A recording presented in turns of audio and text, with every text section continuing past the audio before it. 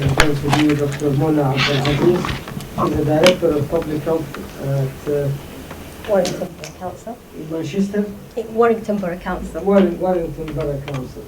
She's going to tell us about the role of the diaspora and partners in embedding health in our policies. Bismillah, alhamdulillah, wassalatu wassalamu ala rasulillah. Good afternoon, everyone, and thank you very much for the opportunity to talk to you. And what I'm going to touch on is the role of diaspora in the wider sense, our responsibility for health.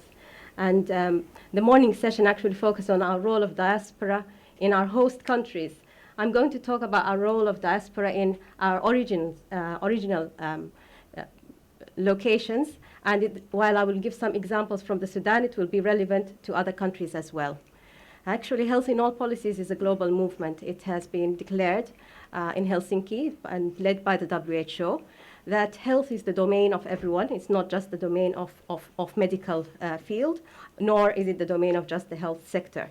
But I want to also link my talk a little bit to what we heard from Professor Moise, because what we try to do in public health is we try to segment, and we try to segment populations. And I would really appreciate personalized medicine in enabling us to segment our interventions to the individual level, which is brilliant for public health. So hopefully we get there. And I also want to link it in terms of technology and innovation and development. And we have been used to innovation and development originating in the West. But more recently, we have seen disruptive technologies originate in our developing world. I have just one example, for example, in terms of the mobile phone technology that has very deep penetration into across the world. And we are finding that even through digital IT, that maybe Asian continent, African continent have some really disruptive technologies that the whole world can learn from. So from a health perspective, the mobile phone has been very good news for Africa, because through the mobile phone, you can connect with the rest of the world, and you can interact with health professionals, and you can set up whole health information systems. So this is just one example of what I mean by health in all policies.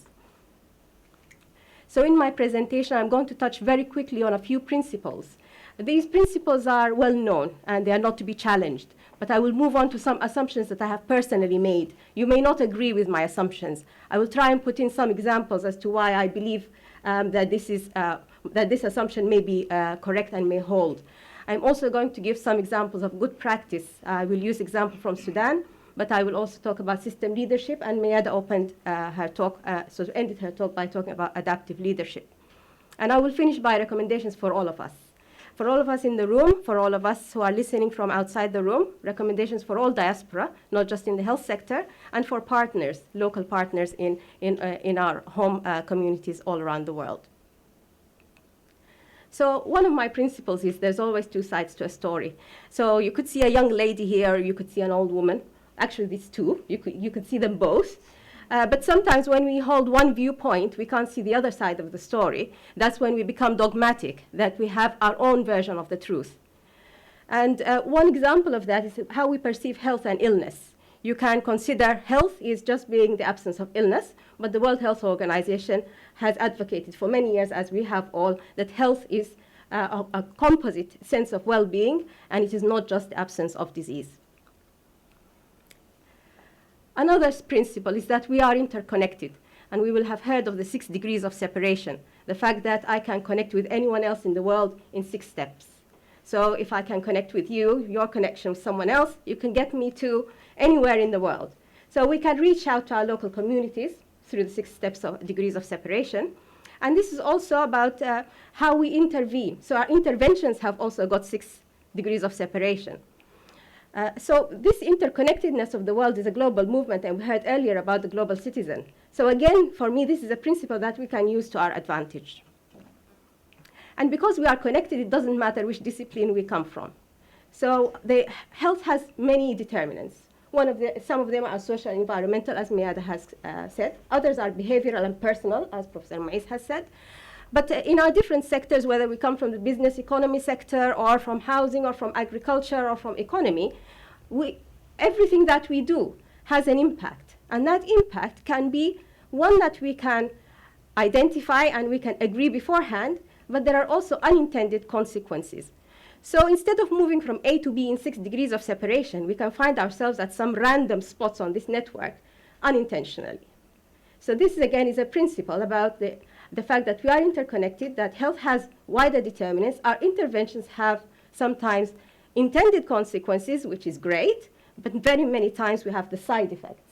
And they're not just side effects of drugs, but there are side effects of very big policy decisions that we can see worldwide. And then I move on to the health sector. The health sector has tried to simplify the way we think about the health system. And Mayad has already told us about the system building blocks from leadership, financing, workforce, and so on. The intended consequence is that we improve health, that we are responsive, that we improve efficiency through quality, safety, access, and coverage. So this is the intended direction of travel. Using the example from the Sudan, we sometimes find some unintended consequences. So logically, if we were to put in all of the good health system blocks and we were to improve efficiency, and we will progress, therefore, to improve coverage of health insurance, or we will improve health and well-being, but there's a little bit of an unintended consequence that we have to deal with. The other health determinants, like clean water, education, housing, and so on. So the influence of other sectors can lead us to some unintended final destinations. And these intended and unintended consequences can be complex, volatile, ambiguous, uncertain. And I think that is just a matter of fact. So these are statements of fact. We need to work together to make sure that we are very clear about where we want to get to with our endpoints. So I'm going to move on to my assumptions. As Diaspora, we should consider ourselves a part of the problem and a part of the solution. How are we part of the problem and part of the solution? We are the brain drain. But then we also have this knowledge and skills and connections to be able to contribute to the solutions back home. An example of this is in my home country. Every state, we looked at the numbers of health workers in those states, and we looked at maternal deaths. And we saw that the states with the lowest number of health providers had the highest number of maternal deaths, and vice versa. So this shows us that the inequitable distribution of the health workforce leads to adverse health outcomes. But since then, that research was in 2012, since then, in 2013, there has been a second wave of really intense migration. It hasn't just been in the health sector. Education and all of the other sectors have witnessed that same wave of migration. And at that point in time, when we went to ask Sudanese health professionals, 86% of them intended to migrate. 86% of them have migrated, actually.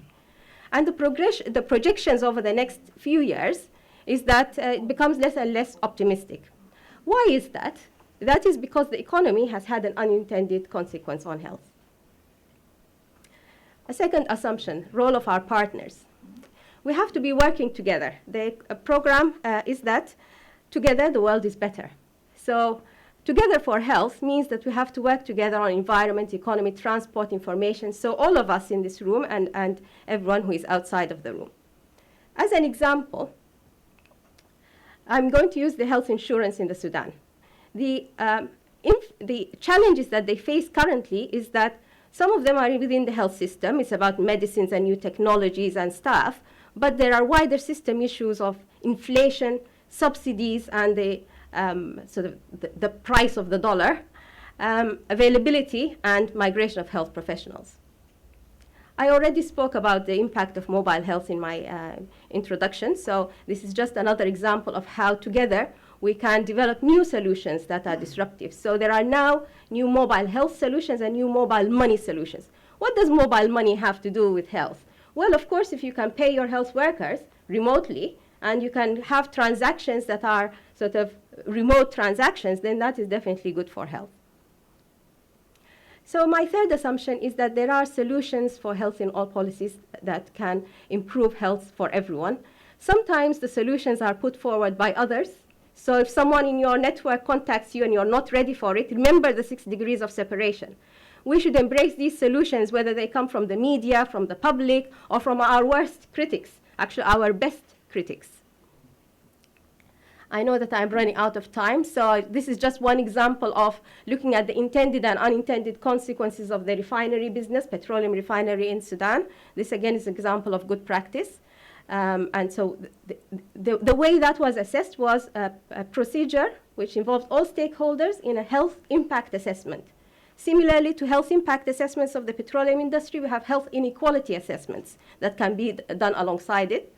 And there are also examples of the value of business to health.